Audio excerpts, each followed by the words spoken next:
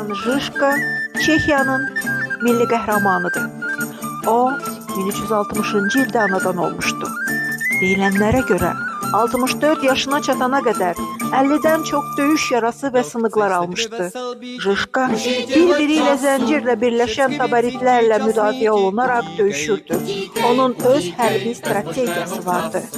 Žižka vəsiyyət etmişdi ki, öləndən sonra dərisini barabanın üzərinə çəksinlər.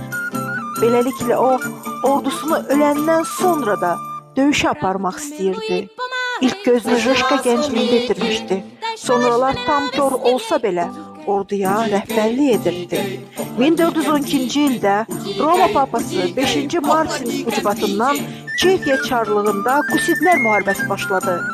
Žižka bir dəfə belə olsa bu döyüşlərdə məğlub olmadı. 1424-cü ildə Žižka vəfat etdi.